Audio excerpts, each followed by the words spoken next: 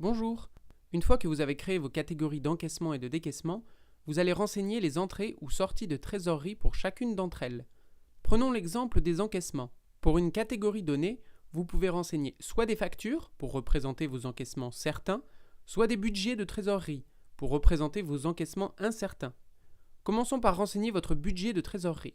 Pour cela, il vous suffit de cliquer sur le bouton « Saisie rapide » à droite de l'écran. Le tableau de bord devient alors directement saisissable.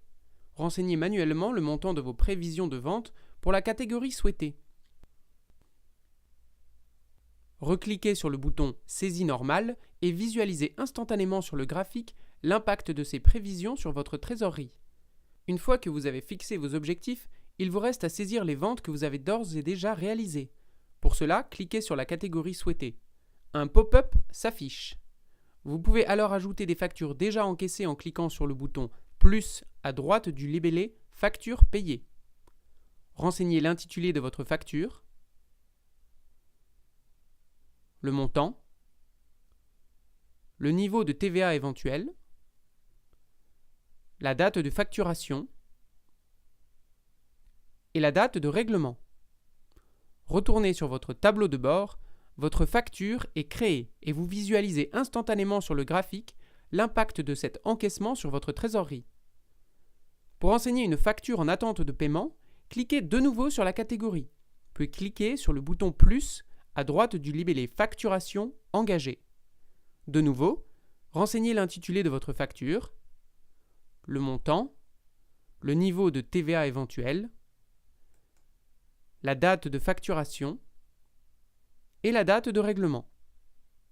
Retournez sur votre tableau de bord, votre facture en attente de paiement est créée et vous visualisez instantanément sur le graphique l'impact de cet encaissement sur votre trésorerie. Vous pouvez faire exactement la même chose sur vos catégories de décaissement.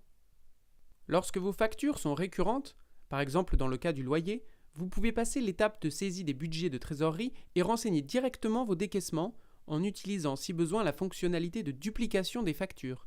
Pour cela, cliquez sur la catégorie, puis cliquez sur le bouton « Plus » à droite du libellé « Facturation engagée ».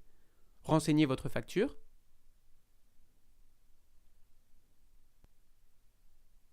puis cliquez sur le bouton « Dupliquer » à droite de la facture.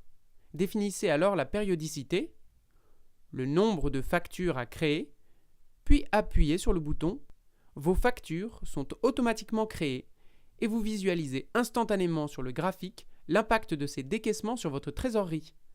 Voilà, vous savez désormais comment construire vos prévisions de trésorerie afin de surveiller votre niveau de trésorerie au fil de l'eau.